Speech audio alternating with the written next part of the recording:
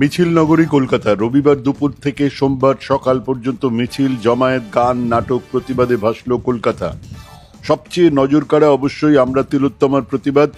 আরজিকর কাণ্ডে বিচার চেয়ে দুপুর 3টের কিছু পরে কলেজ স্কোয়ার থেকে শুরু হয় মিছিল। তারপর বউবাজার হয়ে বিকেলে মিছিল পৌঁছয় ধর্মতলায়। মিছিলে বিভিন্ন বয়স, বিভিন্ন পেশার মানুষের সঙ্গেই পা মিলিয়েছিলেন টলিউডের অভিনেতা অভিনেত্রীদের একাংশ। মিছিলে দেখা যায় অপর্ণা সেন, স্বস্তিকা মুখোপাধ্যায়, সৃজিত মুখোপাধ্যায়, উষসী চক্রবর্তী, অপরাজিতা আড্ড, বিদীপ্তা চক্রবর্তী, সোহিনী সরকার ইত্যাদিদের। মিছিল থেকে স্লোগান উঠল, দফা এক, দাবি এক, সব দোষী শাস্তি পাক। ম্যাটাডোর থেকে জনস্রোতকে লক্ষ্য করে জনৈক তরুণী মুষ্টিবদ্ধ হাত উপরে তুলে বলেন, প্রীতিলতার এই মাটিতে ধর্ষকদের ঠাঁই নেই। সাধারণ ভিড়ে মিশে স্লোগান দিতে দেখা যায় স্বস্তিকা, সোহিনী, বিদীপ্তাদের। টলি অভিনেতা অভিনেত্রীদের প্রত্যেকেই জানান, বিচার না পাওয়া পর্যন্ত তাদের আন্দোলনকে টলানো যাবে না। রবিবার আরজিকর কাণ্ডের প্রতিবাদ এবং অপরাধীদের কঠোর শাস্তি দাবি করে মৌনী মিছিলের ডাক দিয়েছিলেন রামকৃষ্ণ মিশন পরিচালিত বিভিন্ন শিক্ষা প্রতিষ্ঠানগুলির প্রাক্তনীরা। রামকৃষ্ণ মিশনের প্রাক্তনী এবং তাদের পরিবারের সদস্যরা দুপুরে গোলপার্কের রামকৃষ্ণ মিশনের সামনে থেকে পদযাত্রা শুরু করেন। যাত্রা শুরু হয় শঙ্খধ্বনি দিয়ে। গড়িয়াহাট, রাসবিহারী, ভবানীপুর ছুঁয়ে মিছিলের গন্তব্য ছিল নন্দন। মিছিলে রামকৃষ্ণ এবং সারদা দেবীর বাণী সম্বলিত একাধিক পোস্টার দেখা যায়।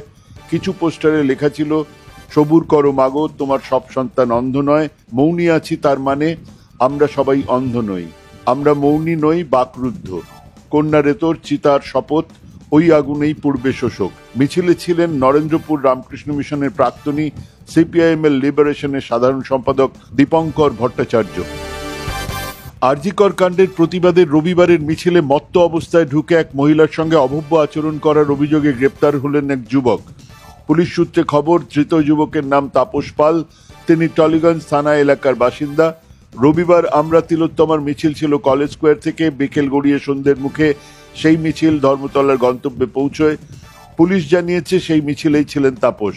তার বিরুদ্ধে অভিযোগ, তিনি এক মহিলার সঙ্গে অত্যন্ত খারাপ আচরণ করেছেন, আপত্তিকরভাবে স্পর্শ করেছেন সেই মহিলাকে। এই অভিযোগ পাওয়ার পরেই তদন্তে নেমে অভিযুক্তকে গ্রেপ্তার করা হয়। তার বিরুদ্ধে হেয়ার স্ট্রিট থানায় অভিযোগ দায়ের করা হয়েছে। সোমবার তাকে আদালতে হাজির করানো হবে।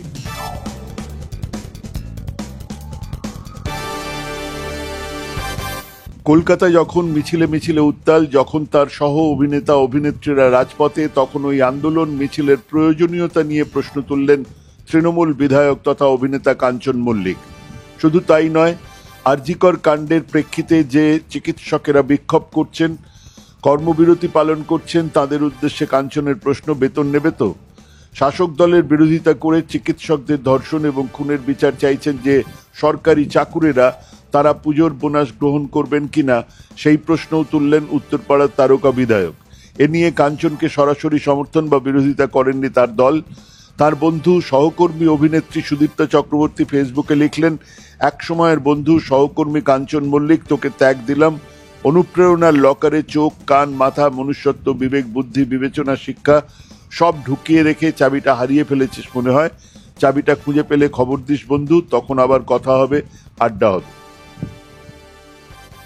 গত শুক্রবার সংবাদ মাধ্যমের এক বিতর্ক সভায় অংশ নিয়েছিলেন তৃণমূল সাংসদ কাকলি ঘোষ দস্তিদার। সেখানে তিনি বলেছিলেন, ছাত্রীদের কোলে বসিয়ে পাশ করিয়ে দেবার একটা চল শুরু হয়েছিল, যার আমি তীব্র নিন্দা করি, ঘৃণা করি।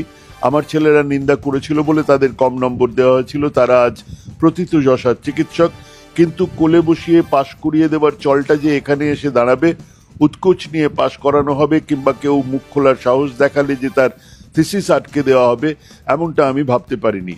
প্রসঙ্গত, কাকলি নিজেও পড়াশুনো করেছেন আরজিকর মেডিকেল কলেজ থেকেই। শনিবারই ইন্ডিয়ান সাইকিয়াট্রিক সোসাইটির চিকিৎসকেরা বিবৃতি দিয়ে জানান, কাকলির ওই মন্তব্য অসম্মানজনক এবং নিন্দনীয়। এই মন্তব্য মহিলা চিকিৎসকদের যোগ্যতা ও পরিশ্রমকে প্রশ্নচিহ্নের মুখে ফেলে দেয়। সেই বিতর্কিত মন্তব্যের জন্য ক্ষমা চাইলেন তৃণমূল সাংসদ কাকলি ঘোষ দস্তিদার। বললেন, আমি নিজের মন্তব্যের জন্য ক্ষমা চাইছি। যদি ওই মন্তব্যে কারো আঘাত লেগে থাকে তাহলে তার জন্য আমি দুঃখিত। আমার মন্তব্য আমি প্রত্যাহার করছি। অপর্ণা সেন, সরকার, বিচার বিভাগীয় সংস্থা আদালতকে আরো সময় দিতে চান। রবিবার মিছিলে ছিলেন তিনি, সেখানেই বলেন, মানুষের মধ্যে বিচারের দাবি নিয়ে যে সচেতনতা বেড়েছে সেটা দেখে মনে হচ্ছে মেয়েদের সুরক্ষা ব্যবস্থার দিকটা এবার হয়তো আশানুরূপ হবে। বৃহৎ একটা দৃশ্য দেখছি চোখের সামনে, সাধারণ মানুষ বিচার নিয়ে সর্বোচ্চ ক্ষমতার কাছে সরাসরি পথে নেমে জবাব দিয়ে চাইছে, এটা খুব আশাব্যঞ্জক। তবে এখানে এটাও বলা দরকার, এই ধরনের ঘটনার বিচার কিন্তু চটজলদি পাওয়া যায় না, বিদেশেও এমন হয় না। 3 সপ্তাহ হয়েছে খুব সম্ভবত, এটা যদি পিছিয়ে গিয়ে কিছু না হয় তখন আমরা আবার নিশ্চয়ই বলবো, কিন্তু তাই বলে এখনই কিছু হচ্ছে না এমন ভেবে অস্থির হলে চলবে না। এখনই হাল ছেড়ে দেওয়ার মতো কিছু হয়নি।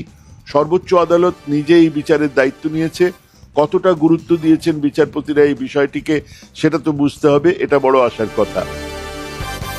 ধর্ষণের মতো সংবেদনশীল ঘটনায় কেন দেরিতে বিচার পাবেন নির্যাতিতারা? কেন মামলা ঝুলে থাকবে মাসের পর মাস? বিচার বিভাগের কাছে এবার এমন প্রশ্ন তুললেন রাষ্ট্রপতি দ্রৌপদী মুর্মু।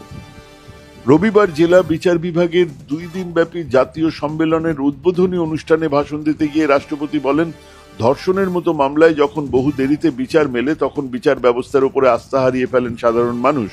তখন তাদের মনে হয় বিচার প্রক্রিয়া এমনই অসংবেদনশীল। রাষ্ট্রপতির মত, গ্রামের মানুষের কাছে বিচার বিভাগ ঈশ্বরের সমান, কারণ তারা সেখানে ন্যায় বিচার খুঁজে পান। এরপরেই দ্রৌপদী বলেন, একটা কথা আছে, ভগবান কা ঘর দের হ্যায় অন্ধের নেই, অর্থাৎ ভগবানের বিচারে বিলম্ব হতে পারে কিন্তু অন্যায় হতে পারে না। এখন প্রশ্ন হলো, কত বিলম্ব?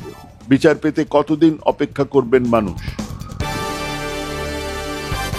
2 মাসেরও বেশি সময় ধরে আন্তর্জাতিক মহাকাশ স্টেশনে আটকে রয়েছেন ভারতীয় বংশোদ্ভূত মহাকাশচারী সুনিতা উইলিয়ামস, সঙ্গী সহকর্মী বুচ উইলমোর।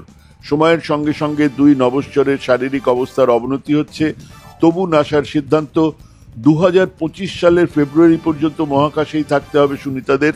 কেন এই সিদ্ধান্ত? কেন দ্রুত ফেরানোর ঝুঁকি নিতে চাইছে না নাসা? সুনিতাদের অবস্থা কি ফেরাচ্ছে 2003 সালের স্মৃতি? পৃথিবীতে ফেরার পথে বিস্ফোরণে ছিন্নভিন্ন হয়ে গেছিল মহাকাশযান কলম্বিয়া, দুর্ঘটনায় মৃত্যু হয়েছিল আরও এক ভারতীয় বংশোদ্ভূত মহাকাশচারী কল্পনা চাওলা এবং তার 6 সঙ্গী।